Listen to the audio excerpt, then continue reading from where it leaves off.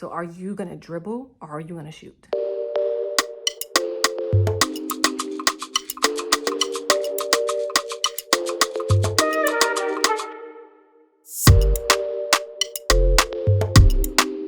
Welcome to my channel, She's in Sports. I am Ashley. I do apologize for my lack of consistency when posting these last few weeks. Between technical difficulties and a busy schedule, I have not been able to post, but we are back. And this video is all about networking 101. If you do see me looking down, it's because I have my notes on my iPad. Tip number 1, have a clear goal in mind. What is it that you want to do? If you're going to a networking event, who is it that you want to meet? Why do you want to meet them? What do you want to accomplish from meeting this person or these people? Another caveat to this one is it's okay to have a lot of small goals versus one major goal. So let's just say I want to become an NFL general manager.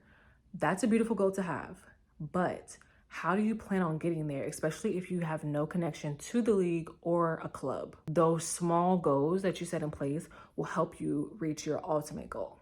Tip number 2, start with who you know. Who is in your current network? Your network includes your family, your friends, your professors, the alumni from the university or college that you attended, club members, or you in a sorority or fraternity, things like that. You want to tap in to those connections. Ask people around you if they know anyone who works for an NBA team, MLB team. I always like to say people don't know what you want to do until they know what you want to do. So you do have to make those initial connections with people. Just ask around, literally just ask around. It could be that simple. Tip number 3, don't be shy about getting people's emails or connecting on LinkedIn. Being shy is not going to get you where you want to be. I had a conversation with an athlete before who told me that who he is at the training facility is not who he is in his private life. So he kind of developed an alter ego for himself. Now, you don't have to be that extreme, but just like take some variation of that. Who he is once he steps into that facility is, I'm not gonna say the alter ego's name because people would know who he is, but you then become that person. Nicki Minaj has Roman, Beyonce has Sasha Fierce. So are you gonna dribble or are you gonna shoot? Tip number 4, please do not beg for work. I can't stress that enough. And I'm going to read this because I did write notes out, but I wrote this one word for word because that's how much this means to me. I wrote, people who are where you want to be have once been where you are, trying to break into sports.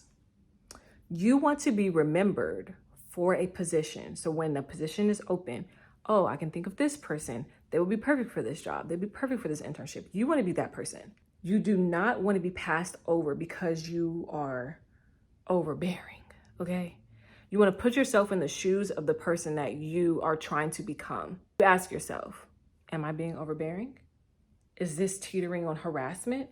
Ask yourself those questions. I'm being so serious. Like, I'm not going to go further, but just I'm being very serious. Do not beg for work. Either people want you or they don't. Whitney Houston once said, no matter what you take from me, they can't take away my dignity. Remember that. Just create that connection, maintain and grow that connection. And that's all you can do. And that's okay. If you made it this far in the video, drop a baseball emoji in the comments so I know that you're there. Tip number 5, you want to create genuine, authentic relationships with people. This is another one that's very personal to me, so I will again read what I wrote because I want to be very clear. I personally don't like when someone reaches out to me strictly because they want something. I don't like that. And I'm sure I'm not the only person who does not like that. I'm more likely to help someone. And again, this is just my personal opinion. I'm more likely to help someone who I can like actually vouch for them. I know their character. I've had more conversations with them that are not about work, you know? And even if you're moving methodically and you're playing chess, not checkers, just appearing intentional, it means the world. For instance, I went to a conference not too long ago, and I'm gonna say this as nicely as I can. I met a lot of students. After the conference, I maybe spoke to maybe 40 or more students, and I did not have an issue with that whatsoever. I answered their questions, gave them advice in the moment, things like that. There are a lot of students that I connected with who, one, I've never spoken to since, two, are currently in my inbox now asking me for a job. And then 3, we've had multiple communications since that conference. One girl in particular, on Mother's Day, I'm pretty sure she knows I'm not a mother, but she reached out to me and said, "Happy Mother's Day to your family." And I'm just like, oh my gosh, yes. It's not just about work. I know she wants to break into professional sports, but it's so much more than that. She is someone, and I say that because she is someone that I will consider whenever I see an opportunity for internship or an opportunity for a job, that I'm going to send it her way, versus someone who has double, triple, quadruple messaged me inquiring about a job. If you understand, if you're picking up what I'm putting down. Tip number 6. Now, tip number 6 may sound like it's a contradiction to tip number 5. However, it's not. Tip number 6 is to ask for what you want. My grandmother always said to me, ask for what you want. Ask for what you want, but within reason. Now, my grandmother mentioned, if I really need $20, don't ask for $5. Just ask for $20. Because if I only get the $5, then I still have to figure out the other $15. So just ask for what you want.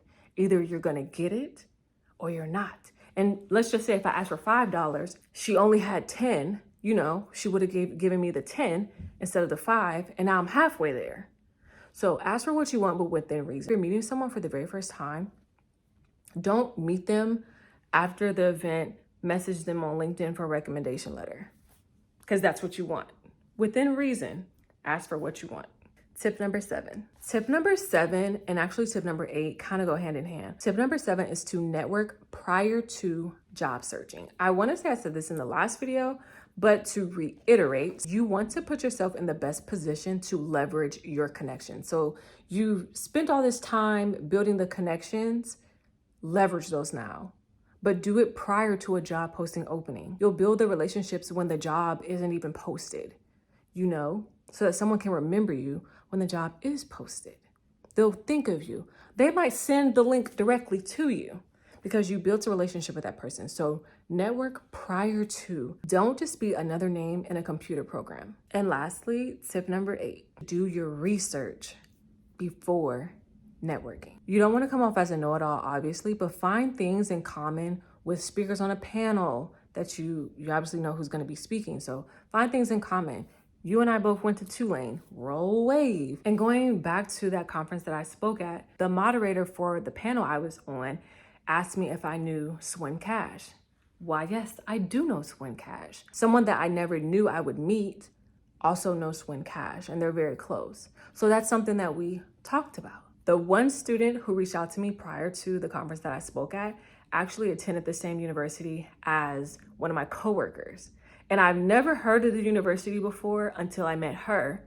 And then so I saw it was on his LinkedIn profile that he was a student at this school. What a very, very small world. I didn't know what he was gonna ask me, but I looked at his LinkedIn.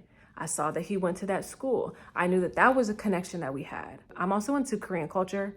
He's also Korean. So, we had a conversation about that. It can really be the smallest of things that connect people together. And honestly, if there aren't any connections, just ask genuine questions and actively listen to the responses. That was it for this video. Be sure to comment, like, and subscribe. And I look forward to seeing you all next video.